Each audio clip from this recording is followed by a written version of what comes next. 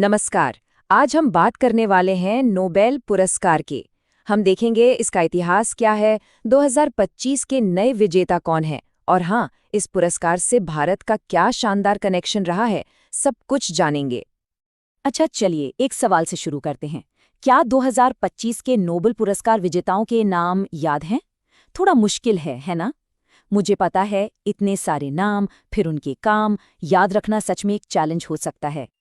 लेकिन फिक्र मत कीजिए, क्योंकि इस चर्चा के आखिर तक हम कुछ ऐसी मजेदार ट्रिक सीखने वाले हैं ना कि इन सभी को याद रखना बिल्कुल बच्चों का खेल हो जाएगा। तो ठीक है, सबसे पहले ये समझते हैं कि आखिर ये नोबेल पुरस्कार है क्या, इसकी जड़ें कहाँ हैं, ये सब शुरू कहाँ से हुआ। तो कहानी शुरू होती है 1895 में। डायनामाइट बनाने वाले एल्फ्रेड नोबेल एक वसीयत लिखते हैं, और वो भी ऐसी वैसी नहीं, एक हैरान कर देने वाली वसीयत। अपनी सारी की सारी दौलत वो इंसानियत की भलाई के लिए बने पुरस्कारों के नाम कर देते हैं। फिर उनकी पुण्यतिथि पर 1901 में पहले नोबेल पुरस्कार दिए गए, और काफी सालों बाद 1968 में स्वीडन के सेंट्रल बैंक ने इसमें इकोनॉमिक्स मतलब अर्थशास्त्र का पुरस्कार भी जोड़ दिया। चलिए अब बात करते हैं 2025 के उन चैंपियंस की, उन दिग्गजों की जिन्होंने अपनी खोज से दुनिया को हिला दिया। और हाँ, साथ में जानेंगे वो अनोखी ट्रिक्स जिनसे इनके नाम दिमाग में छप जाएंगे। तो सबसे पहले बात करते हैं मेडिसिन की। ये अवार्ड मिला है 3 साइंटिस्ट्स को, इम्यून टॉलरेंस पर उनके जबरदस्त काम के लिए। मतलब ये समझना कि हमारा शरीर बीमारियों से कैसे लड़ता है, उसमें ये एक बहुत बड़ी खोज है। अब इन्हें याद कैसे रखें? ट्रिक है, मेरी फ्रेंड सीमा को मेडिसिन दो। सिंपल। मेरी से मेरी ब्रूनकॉफ, फ्रेंड से फ्रांसिस रेम्सडेल और सीमा से शिमोन साकागुची। हो गया ना आसान? अच्छा, अब आते हैं फिजिक्स यानी भौतिकी पर। ये पुरस्कार मिला है एक तिकड़ी को, जिन्होंने इलेक्ट्रिकल सर्किट्स में क्वांटम मैकेनिकल टनलिंग की तकनीक को डेवलप किया। सुनने में भारी लगता है, पर यह क्वांटम कंप्यूटिंग के लिए एक बहुत बड़ा कदम है। और ट्रिक क्या है? ट्रिक है, देव और मार्टिन ने जॉन को सर्किट क्लास में बुलाया। यहाँ देव से हुए मिशेल डेवोरेट, मार्टिन से जॉन मार्टिनेस और जॉन से जॉन क्लार्क, और सर्किट क्लास से उनका काम भी याद रह जाएगा। केमिस्ट्री की बात करें तो ये अवार्ड मिला है मेटल ऑर्गेनिक फ्रेमवर्क यानी MOFs बनाने वाले साइंटिस्ट्स को। ये इतने कमाल के मटेरियल हैं कि गैस स्टोरेज से लेकर दवाइयां बनाने तक हर चीज में क्रांति ला सकते हैं। और इसको याद रखने की ट्रिक तो और भी मजेदार है। सोचिए, एक डायलॉग है, रिचर्ड ने उमर से कहा, सुनो कि मिस्ट्री गजब है। बस रिचर्ड से रिचर्ड रॉबसन, उमर से उमर यागी और सुनो से सुसुमो कितागावा। अब आते हैं साहित्य पर। ये अवार्ड मिला है हंगरी के लेखक लास्लो क्राजनाहोकाई को, उनके बिल्कुल जादुई और दूरदर्शी लेखन के लिए।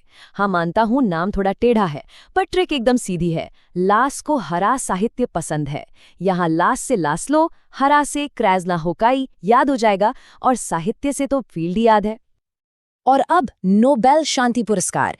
ये वो अवार्ड है जो ओस्लो में दिया जाता है, और इस साल ये मिला है वेनेजुएला की विपक्षी नेता मारिया कोरिना मचाडो को। इन्हें याद रखने के लिए सोचिए, मारिया ने कोरोना को हराकर शांति मचा दी।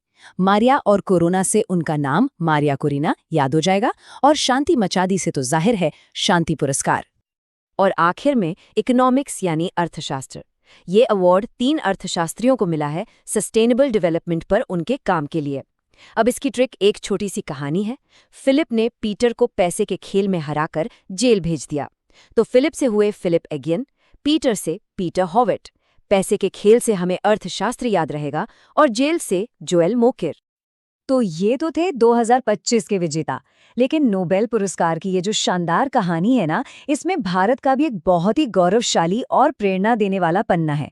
तो चलिए अब उस पर नजर डालते हैं। आप देखिए, 1913 में जब एशिया से पहली बार किसी को नोबेल मिला, वो एक भारतीय थे।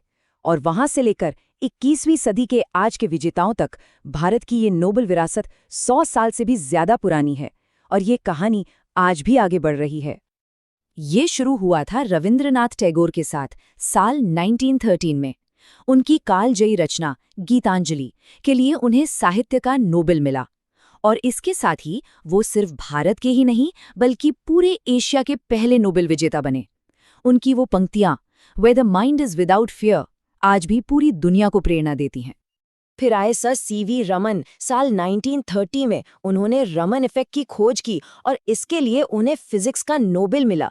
ये खोज इस बारे में थी कि रोशनी अणुओं से टकराकर कैसे बिखरती है, एक ऐसी खोज जिसने साइंस की दुनिया में सच ने क्रांति ला दी थी और आज भी इसका इस्तेमाल होता है। और ये सिलसिला रुका नहीं। भारत का योगदान लगभग हर नोबेल फील्ड में रहा है, चाहे वो जेनेटिक कोड की गुत्थी सुलझाना हो, या फिर शांति के लिए काम करना, या गरीबी मिटाने के लिए नए आर्थिक सिद्धांत देना। हर एक नाम अपने आप में एक मिसाल है, एक प्रेरणा है। तो इन सभी ब्रिलियंट माइंड्स और उनकी खोजों के बारे में जानने के बाद सवाल उठता है कि इसकी बड़ी तस्वीर क्या है। आखिर ये सब इतना मायने क्यों रखता है? इस पुरस्कार का असली मतलब क्या है? क्या ये सिर्फ एक मेडल और कुछ पैसे हैं? नहीं, ये उससे कहीं ज्यादा है। देखिए, नोबेल पुरस्कार सिर्फ एक अवार्ड नहीं है। ये इंसान की जिज्ञासा का, कुछ नया जानने की, उसकी कभी न खत्म होने वाली खोज का एक ग्लोबल सेलिब्रेशन है। ये उन विचारों की शक्ति का उत्सव है जो भविष्य को रोशन करते हैं। ये उन कामयाबियों को सलाम करता है जो किसी देश की सरहदों में नहीं बंधती, बल्कि पूरी इंसानियत के काम आती हैं। और बस यही सोच हमें एक आखिरी लेकिन बहुत दमदार सवाल पर लाकर छोड़ देती है कि अगली महान खोज क्या होगी और उसे कौन करेगा। ज्ञान की ये मशाल जलती रहेगी और अगली बड़ी कामयाबी दुनिया के किसी भी कोने से आ सकती है। और क्या पता, अगला नाम हमारे ही देश से हो।